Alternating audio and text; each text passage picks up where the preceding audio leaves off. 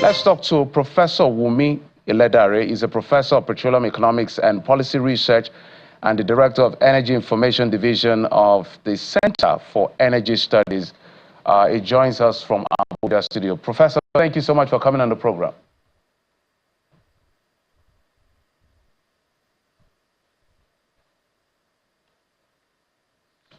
Prof, can you hear me, sir? Yes, I can hear you. I don't know if you can hear me, though.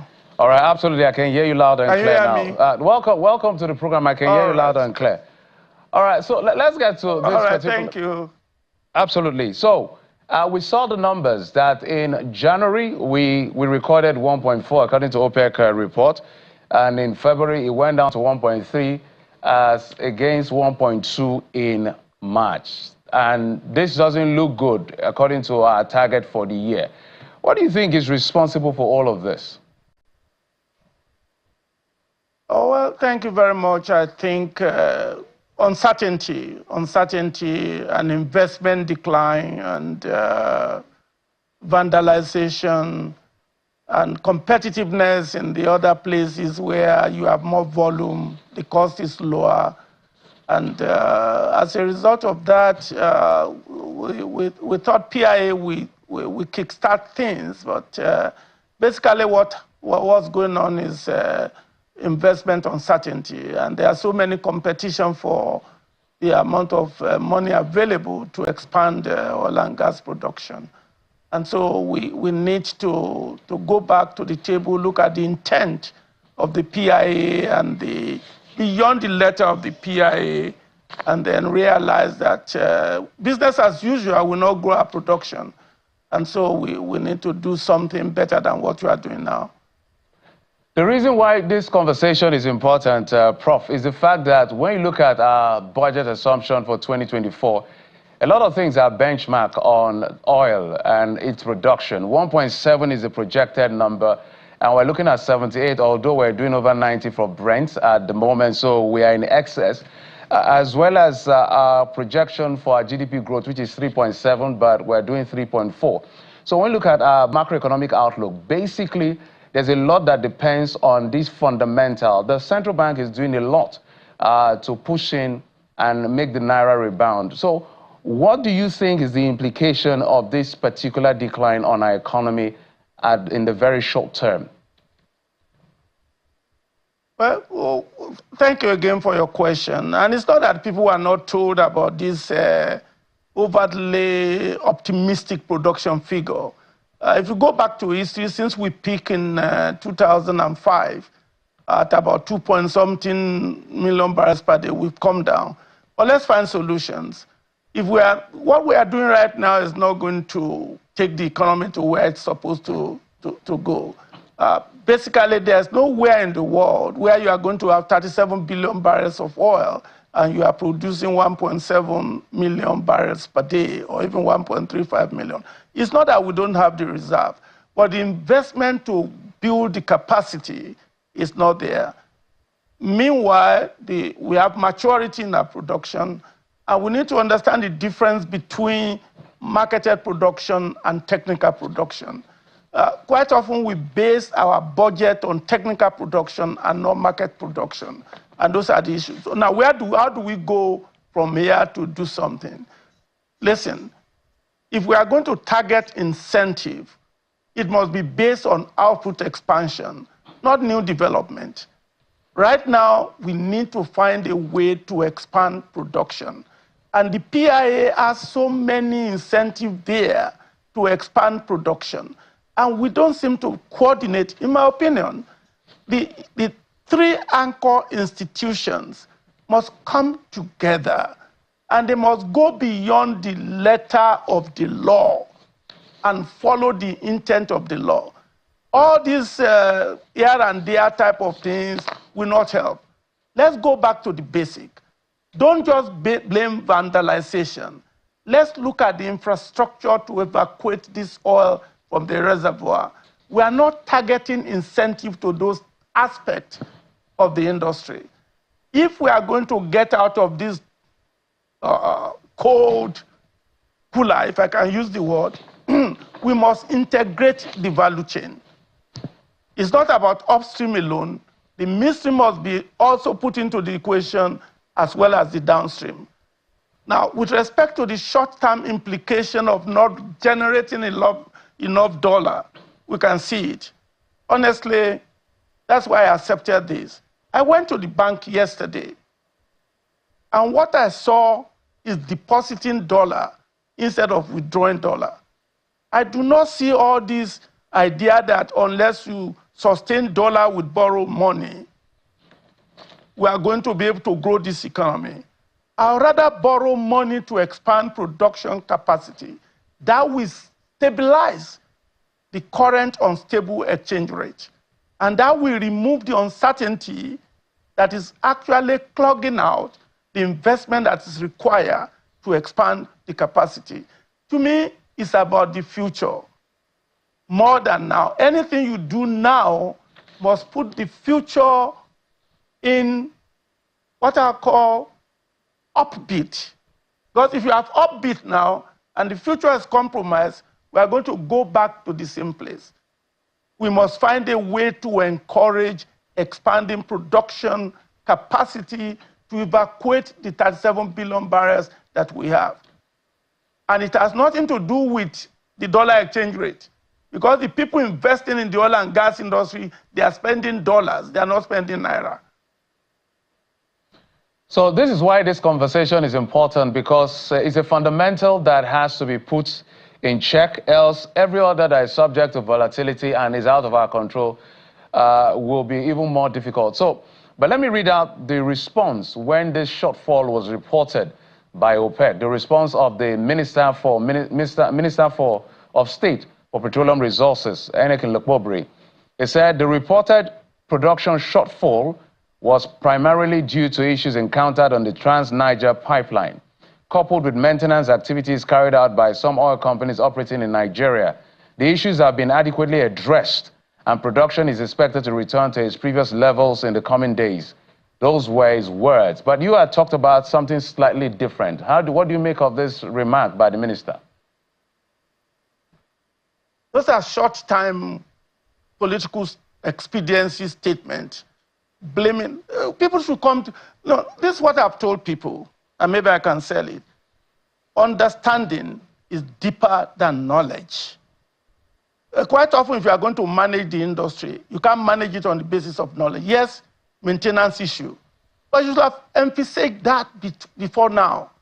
What I'm saying is about the maturity of the reservoirs that we have in Nigeria. Yes, we have 37 billion. But investment is required. I think I sent you a graph of the production decline in Nigeria since 2005. And it's been going down, and reserve was going up. How come reserve was going up, but production is going down? So the fundamentals are very important beyond just finding an excuse for an industry that is mature, for an industry that has competition more than before. Nigeria used to be the bride, where people are falling upon themselves to invest and build production capacity. We're no longer there. And now when we build a fiscal system that we expand capacity, what we see, in my opinion, and please forgive me for that, everything is governed in Nigeria now by production, what I call political expediency. This group of people, they want something, you give it to them. Another set of people, they want something, you give it to them. That will not expand our production capacity. We need to be able to confront the investors. Make sure whatever they are asking for, we add value, not only within the short term, but in the long run. Listen, I've been a participant in this industry for over 40 years, and I have good understanding of what ought to be done beyond knowledge. To me, if we do not let go of political expediency for this industry, the industry will continue to go down. That is the essence of Petroleum Industry Act. By now, 2 years later, we should not be complaining about not meeting our OPEC quota with 37 billion barrels of oil reserve. We created a production allowance, people did not take it, and went to the back to get natural gas allowance by executive order. No, we need to give allowance that we bring up the production now, in my opinion. Now, let's quickly also look at some of the things we need to do, and quickly so. Okay. We need to bring the indigenous company onto the table. And we should not be giving out block for more or less creating millionaires. If we want quick output, get the indigenous producers to come to the table. Ask them, what do you need to expand your production? Yes, we can still go through a bidding process that is competitive, but there should be nobody who did not understand the industry that should be given an oil block or a marginal field to expand production. So, Prof, this is the new if I may button, era that PIA brought to us. Prof, if I may button, are you saying that there are people that were given these licenses that don't have the expertise? Is that what you're saying? No, I don't want to be, I want to be careful with my word.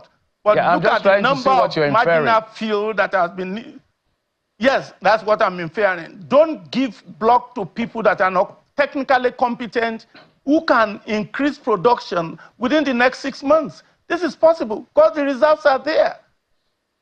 And we just need to look at some of the fields that have not produced over many years or over many, and then find out what could be done. Let me give you an example of what we did in Louisiana several years ago, when there was need to suspend severance tax for those who can use horizontal drilling to re-enter wells. And look at what happened in Louisiana. There were Devonian gas production. Those are the things you need. And this is where I have concern with the Ministry of Petroleum Resources with respect to the capacity building that is required. I expected the two ministers to have found a way to get technical people in that ministry that can develop policies that will enhance production within the next 6 to 7 months. Those are not difficult things. Since PIA was passed, instead of scrambling for positions, we occupy positions. If they have put technical people together, I'm telling you, we're not going to run into this place. The last administration was too much in a hurry to appoint people without necessarily thinking about the consequences of that. That is what we're going through right now.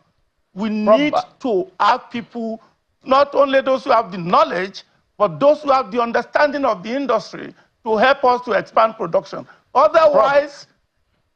Yeah, my apologies. Because of time, we don't want to follow. I didn't get that, Prof. No, I said otherwise we are following the path of Venezuela. Okay. If we don't do something to arrest this decline. Okay. Prof, there's one issue that is popular among the average Nigerian. Some may be over the top in terms of this conversation. We are not technical people. All of us are not technical people. But there's one we are very familiar with, which I want you to speak to as we wind down this conversation on this deep, which has to do with vandalism and a breaching of our pipelines. I remember listening to Mele Kyari, the GCEO of NNPCL, and he mentioned the fact that when he was speaking to the National Assembly, I think last year, over 4,000, almost 5,000 illegal connections on our pipelines. That means for every 100 kilometers of the pipeline, there are 300 insertions. These were his words.